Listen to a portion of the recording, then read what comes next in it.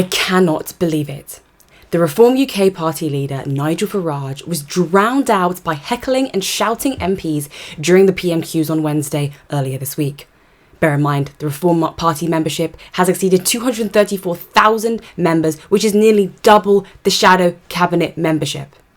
The Tory party. Nigel Farage represents real people with real voices and have questions that are deserved to be answered. What you're about to see is a visual representation of you as a voting Brit who has questions and is frustrated with the current government, but surrounding forces like the media, like the police, and like online censorship are hounding you down. Nigel's question was in regards to securing the UK's borders, but the house was so chaotic we could just about make out what he was saying. When you see Nigel in this clip, you must see yourself in him and how much this government disregards and disrespects every concern you have and every question you need to be answered.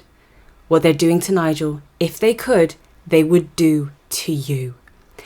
Welcome back to part 1 of today's episode of the Freethinker Cast. I'm your host Hannah. Remember to give this video a big thumbs up. You can boost it in the algorithm. You can get more representation of your values in the media. Don't try and silence us. You can't get rid of us. And share this video with all of your friends. Let's take a look at the clip.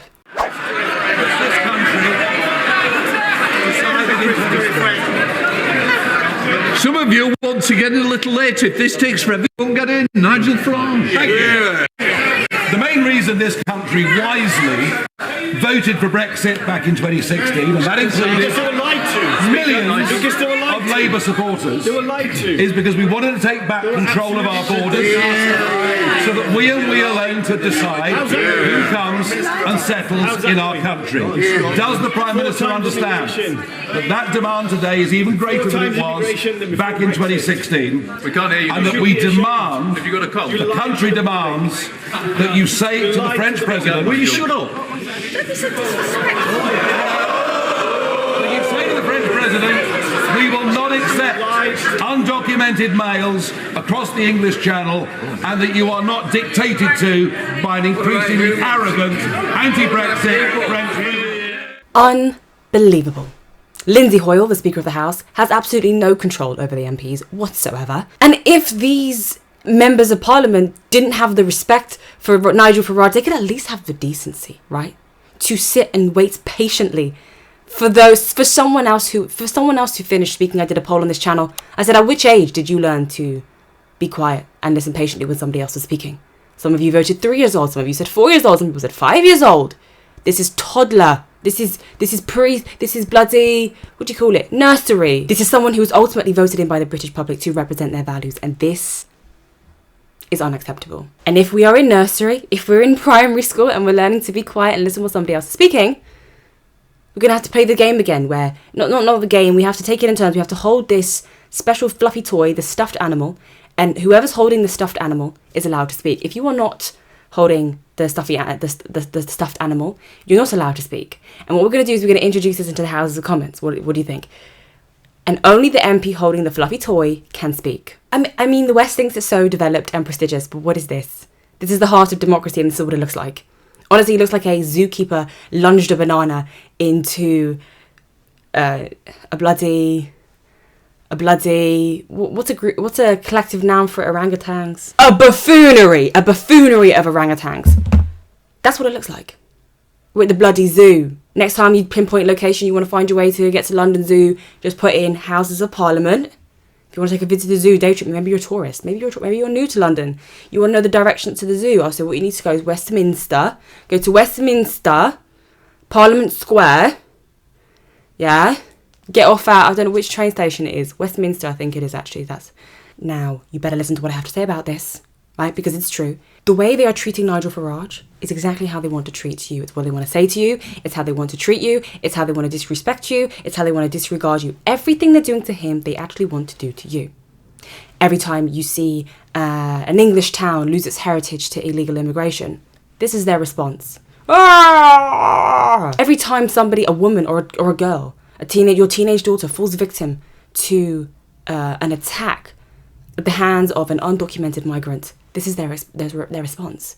Because securing the borders is ultimately more than just about national sovereignty. It's about securing the safety of women and girls who are disproportionately victims of this type of violence. Every time you see a London tube station converted into Punjab and you object because you say, hang on a minute, this is London, we should probably have train signs in English and not Punjab, like they have in Southall. I think they might have one in Hounslow, I'm not sure, but they definitely have one in Southall. And you object, this is how they would respond to you. Laughing, hounding you down, heckling you. They do not give a rat's arse about your opinion. And this is why I'm so over the whole discourse thing. I think it's important to have conversations and like, you know, I like watching political debates. I like seeing the London mayoral election debates. I think it's important to hear what these politicians have to offer. But at the heart of it, they could not give a rat's arse about your democratic vote against open borders. This is how they perceive you. In regards to Nigel Farage, I'm not too worried about him. Now, I definitely believe we need to keep Nigel in prayer. He is fighting a spiritual battle, though I don't know he knows it. He's fighting a spiritual battle, and we must keep him in prayer. I don't think he's going to be, weak on this. I think he is an example of a strong leader. He's definitely been subjected to prolific attacks during his time as the MP for Clapton and the leader of Reform UK. He's even been milkshaked before. I'm sure he's been harassed. He's definitely received death threats. I know that for a fact. Do you like my hibiscus syricus, by the way? It's from my garden. Off topic. Anyways. I'm not too worried about him. Okay. I think he is an example of a strong leader. I think he's an example of a strong man. Emphasis on the man. Unlike Rachel Reeves, he's not going to start breaking down crying in the House of Commons because people oppose his policies. I have the trust and confidence in Nigel Farage that he has the ability to maintain composure because he's demonstrated that. And I believe that he has the ability to simultaneously manage his responsibilities effectively with, composure and order. He's not going to start crying. He's not emotionally unstable like Rachel Reeves, the Chancellor of the Exchequer. Hands up, just like by a show of hands. How many people want to know that the Chancellor, in charge of billions of pounds of this country and the economy, is crying during legislative processes in the Houses of Commons? You're not allowed to cry, Rachel. Yes? We're suffering. Price of milk and eggs is up. Okay? Why are you crying, Rachel? In my opinion, I believe that emotional stability should not just be an admirable quality in a member of Parliament. I believe it should be mandatory. I believe that Rachel Reeves should step down for what happened last week in the Commons, or be made to step down, because it's unacceptable. You're supposed to be a political representative. Why are you crying? Why are you here? I think you and I, like many people, were just watching that like, you're not cut out for this. You're just not cut out for this, in my opinion. And they already undermine women in politics as it is, in political leadership as it is. Rachel goes and does that. Thanks a lot, Rachel. Thanks a lot. Now my iPad's not charging on my iPad because it's got used to your charger. Thanks a lot, Rachel. Thanks a lot.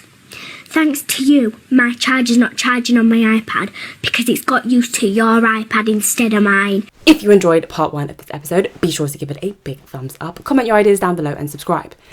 I will see you in part 2, either here or in the link in the description below, to discuss why Sadiq Khan is a terrible Muslim. You may have seen him throughout the month of June joining the Pride celebrations alongside the LGBT plus community. Now, little do these gay people know that Islam, or in Sharia law, it permits the flogging and the execution of gay people. Maybe they just don't know that the flogging is actually intended to humiliate you. Maybe they have misunderstood this to be a type of BDSM kink. Okay? It's not. The flogging of gay people under Sharia law is there to humiliate you. And I will see you next time. Bye.